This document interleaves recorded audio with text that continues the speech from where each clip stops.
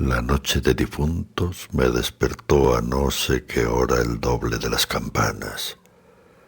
Su tañido monótono y eterno me trajo a las mientes esta tradición que oí hace poco en Soria. Intenté dormir de nuevo, imposible. Una vez aguijoneada, la imaginación es un caballo que se desboca y al que no sirve tirarle de la rienda. Por pasar el rato me decidí a escribirla, como en efecto lo hice.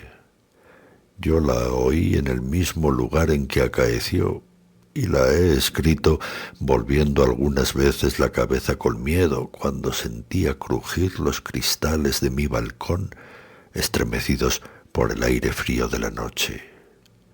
Sea de ello lo que quiera, ahí va, como el caballo de copas. Atad los perros, haced la señal con las trompas para que se reúnan los cazadores y demos la vuelta a la ciudad. La noche se acerca, es día de todos los santos y estamos en el monte de las ánimas. ¿Tan pronto? Al ser otro día no dejara yo de concluir con este rebaño de lobos que las nieves del Moncayo han arrojado de sus madrigueras, pero hoy es imposible. Dentro de poco sonará la oración en los templarios y las ánimas de los difuntos comenzarán a tañer su campana en la capilla del monte. ¿En esa capilla ruinosa va? ¿Quieres asustarme? No, hermosa prima, tú ignoras cuánto sucede en este país porque aún no hace un año que has venido a él desde muy lejos. Refrena tu yegua. Yo también pondré la mía al paso, y mientras dure el camino te contaré esa historia. Los pajes se reunieron en alegres y bulliciosos grupos. Los condes de Borges y de Alcudiel montaron en sus magníficos caballos, y todos juntos siguieron a sus hijos Beatriz y Alonso, que precedían la comitiva a bastante distancia. Mientras duraba el camino, Alonso narró en estos términos la prometida historia.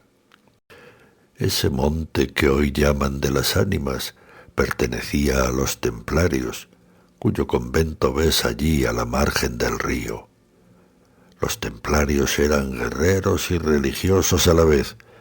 Conquistada Soria a los árabes, el rey los hizo venir de lejanas tierras para defender la ciudad por la parte del puente, haciendo en ello notable agravio a sus nobles de Castilla, que así hubieran solos sabido defenderla como solos la conquistaron. Entre los caballeros de la nueva y poderosa orden y los hidalgos de la ciudad fermentó por algunos años y estalló al fin un odio profundo. Los primeros tenían acotado ese monte, donde reservaban caza abundante para satisfacer sus necesidades y contribuir a sus placeres. Los segundos determinaron organizar una gran batida en el coto, a pesar de las severas prohibiciones de los clérigos con espuelas, como llamaban a sus enemigos. Cundió la voz del reto y nada fue parte a detener a los unos en su manía de cazar y a los otros en su empeño de estorbarlo. La proyectada expedición se llevó a cabo. No se acordaron de ella las fieras, antes la tendrían presente tantas madres como arrastraron sendos lutos por sus hijos. Aquello no fue una cacería, fue una batalla espantosa. El monte quedó sembrado de cadáveres. Los lobos a quienes se quiso exterminar tuvieron un sangriento festín. Por último, intervino la autoridad del rey.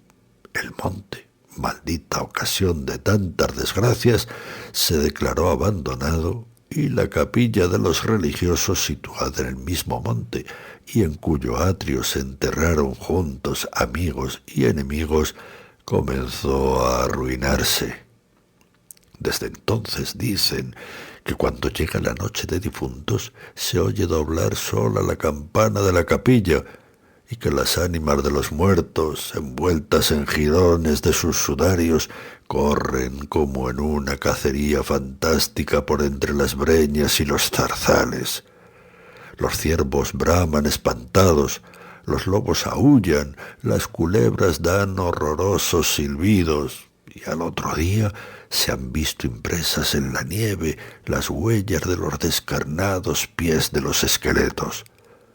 Por eso en Soria le llamamos el Monte de las Ánimas, y por eso he querido salir de él antes que cierre la noche. La relación de Alonso concluyó justamente cuando los dos jóvenes llegaban al extremo del puente que da paso a la ciudad por aquel lado. Allí esperaron al resto de la comitiva, la cual, después de incorporárseles los dos jinetes, se perdió por entre las estrechas y oscuras calles de Soria. Los servidores acababan de levantar los manteles. La alta chimenea gótica del palacio de los condes de Alcudiel despedía un vivo resplandor, iluminando algunos grupos de damas y caballeros que alrededor de la lumbre conversaban familiarmente, y el viento azotaba los emplomados vidrios de las ojivas del salón. Solo dos personas parecían ajenas a la conversación general: Beatriz y Alonso. Beatriz seguía con los ojos, absorta en un vago pensamiento, los caprichos de la llama. Alonso miraba el reflejo de la hoguera chispear en las azules pupilas de Beatriz. Ambos guardaban hacía rato un profundo silencio. Las dueñas referían, a propósito de la noche de difuntos, cuentos tenebrosos en que los espectros y los aparecidos representaban el principal papel, y las campanas de las iglesias de Soria doblaban a lo lejos con un tañido monótono y triste. «Hermosa prima», exclamó al fin Alonso, rompiendo el largo silencio en que se encontraban, «pronto vamos a separarnos, tal vez para siempre. Las áridas llanuras de Castilla, sus costumbres toscas y guerreras, sus hábitos sencillos y patriarcales, sé que no te gustan. Te he oído suspirar varias veces, acaso, por algún galán de tu lejano señorío». Beatriz hizo un gesto de fría indiferencia. Todo un carácter de mujer se reveló en aquella desdeñosa contracción de sus delgados labios. «Tal vez por la pompa de la corte francesa, donde hasta aquí has vivido», se apresuró a añadir el joven. «De un modo a otro, presiento que no tardaré en perderte. Al separarnos, quisiera que llevases una memoria mía. ¿Te acuerdas cuando fuimos al templo a dar gracias a Dios por haberte devuelto la salud que viniste a buscar a esta tierra? El joyel que sujetaba la pluma de mi gorra cautivó tu atención. Qué hermoso estaría sujetando un velo sobre tu oscura cabellera. Ya ha aprendido el de una desposada. Mi padre se lo regaló a la que me dio el ser y ella lo llevó al altar. ¿Lo quieres?» «No sé en el tuyo», contestó la hermosa, «pero en mi país una prenda recibida compromete una voluntad. Solo en un día de ceremonia debe aceptarse un presente de manos de un deudo que aún puede ir a Roma sin volver con las manos vacías». El acento helado con que Beatriz pronunció estas palabras turbó un momento al joven, que después de serenarse dijo con tristeza: «Lo sé, prima, pero hoy se celebran todos los santos, y el tuyo ante todos. Hoy es día de ceremonias y presentes. ¿Quieres aceptar el mío?» Beatriz se mordió ligeramente los labios y extendió la mano para tomar la joya sin añadir una palabra. Los dos jóvenes volvieron a quedarse en silencio y volvióse a oír la cascada voz de las viejas que hablaban de brujas y de trasgos y el zumbido del aire que hacía crujir los vidrios de las ojivas y el triste monótono doblar de las campanas. Al cabo de algunos minutos, el interrumpido diálogo tornó a anudarse de este modo: y antes de que concluya el día de Todos los Santos, en que así como el tuyo se celebra el mío, y puedes, sin atar tu voluntad, dejarme un recuerdo, ¿no lo harás?, dijo él, clavando una mirada en la de su prima, que brilló como un relámpago iluminada por un pensamiento diabólico. —¿Por qué no? —exclamó ésta, llevándose la mano al hombro derecho, como para buscar alguna cosa entre los pliegues de su ancha manga de terciopelo bordado de oro. Después, con una infantil expresión de sentimiento, añadió: —¿Te acuerdas de la banda azul que llevé hoy a la cacería y que por no sé qué emblema de su color me dijiste que era la divisa de tu alma? —Sí. —Pues se ha perdido y pensaba dejártela como un recuerdo. —¿Se ha perdido? ¿Y dónde? —preguntó Alonso, incorporándose de su asiento y con una indescriptible expresión de temor y esperanza. —No sé, en el monte, ¿acaso? —En el monte de las ánimas —murmuró palideciendo y dejándose caer sobre el sitial—. En el monte de las ánimas. Luego prosiguió con voz entrecortada y sorda: Tú lo sabes, porque lo habrás oído 1000 veces. En la ciudad, en toda Castilla, me llaman el rey de los cazadores. No habiendo aún podido probar mis fuerzas en los combates como mis ascendentes, he llevado a esta diversión, imagen de la guerra, todos los bríos de mi juventud, todo el ardor hereditario en mi raza. La alfombra que pisan tus pies son despojos de fieras que he muerto por mi mano. Yo conozco sus guaridas y sus costumbres, y he combatido con ellas de día y de noche, a pie y a caballo, solo y en batida, y nadie dirá que me ha visto huir el peligro en ninguna ocasión. Otra noche volaría por esa banda, y volaría gozoso como a una fiesta. Y sin embargo, esta noche, ¿a qué ocultártelo? Tengo miedo. Oyes, las campanas doblan, la oración ha sonado en San Juan del Duero, las ánimas del monte comenzarán ahora a levantar sus amarillentos cráneos de entre las malezas que cubren sus fosas. Las ánimas, cuya sola vista puede helar de horror la sangre del más valiente, tornar sus cabellos blancos, o arrebatarle en el torbellino de su fantástica carrera como una hoja que arrastra el viento sin que se sepa a dónde. Mientras el joven hablaba, una sonrisa imperceptible se dibujó en los labios de Beatriz, que cuando hubo concluido exclamó con un tono indiferente y mientras atizaba el fuego del hogar, donde saltaba y crujía la leña, arrojando chispas de 1000 colores: «Oh, eso de ningún modo, qué locura, ir ahora al monte por semejante friolera. Una noche tan oscura, noche de difuntos, y cuajado el camino de lobos». Al decir esta última frase, la recargó de un modo tan especial que Alonso no pudo menos de comprender toda su amarga ironía. Movido como por un resorte, se puso de pie, se pasó la mano por la frente, como para arrancarse el miedo que estaba en su cabeza y no en su corazón, y con voz firme exclamó, dirigiéndose a la hermosa que estaba aún inclinada sobre el hogar, entreteniéndose en revolver el fuego: «Adiós, Beatriz, adiós, hasta pronto». «Alonso, Alonso», dijo ésta volviéndose con rapidez, pero cuando quiso o aparentó querer detenerle, el joven había desaparecido. A los pocos minutos se oyó el rumor de un caballo que se alejaba al galope. La hermosa, con una radiante expresión de orgullo satisfecho que coloreó sus mejillas, prestó atento oído a aquel rumor que se debilitaba, que se perdía, que se desvaneció por último. Las viejas, en tanto, continuaban en sus cuentos de ánimas aparecidas. El aire zumbaba en los vidrios del balcón y las campanas de la ciudad doblaban a lo lejos.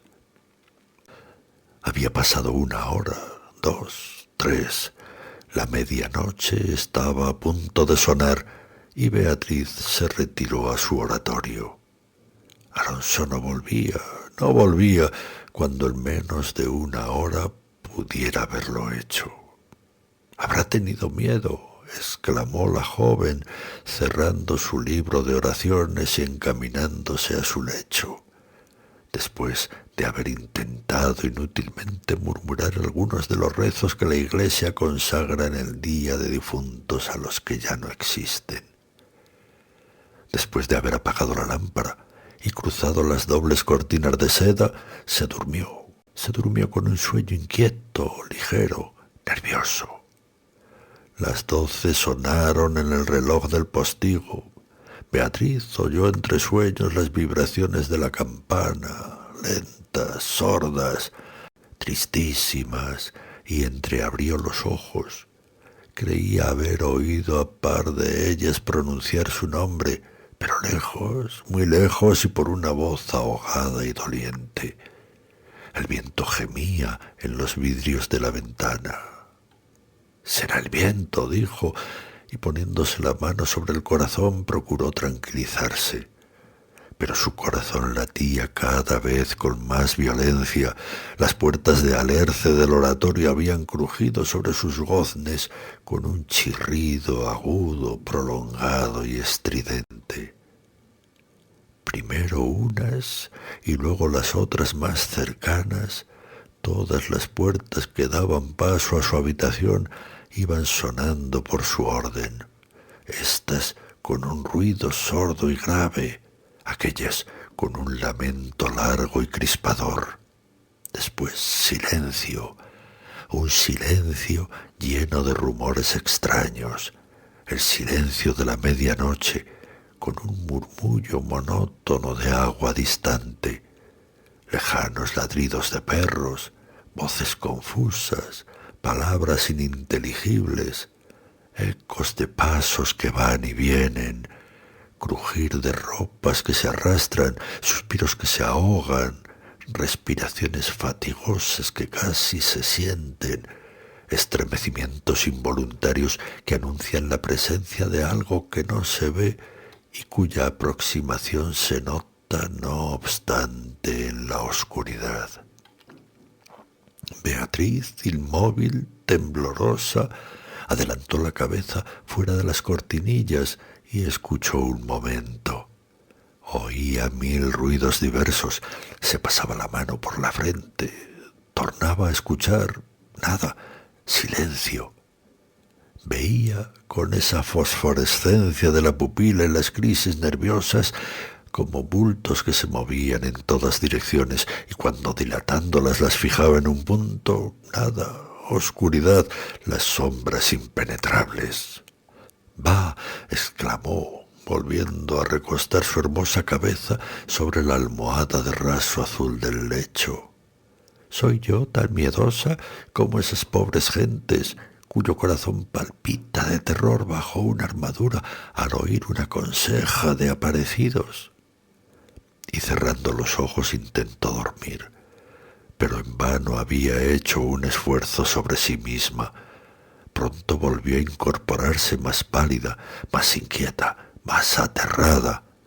Ya no era una ilusión, las colgaduras de brocado de la puerta habían rozado al separarse y unas pisadas lentas sonaban sobre la alfombra.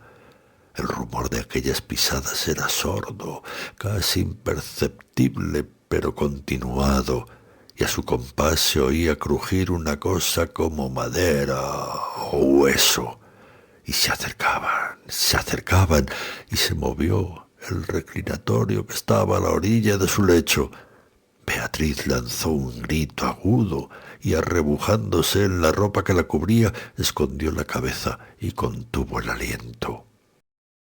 El aire azotaba los vidrios del balcón, el agua de la fuente lejana caía y caía con un rumor eterno y monótono.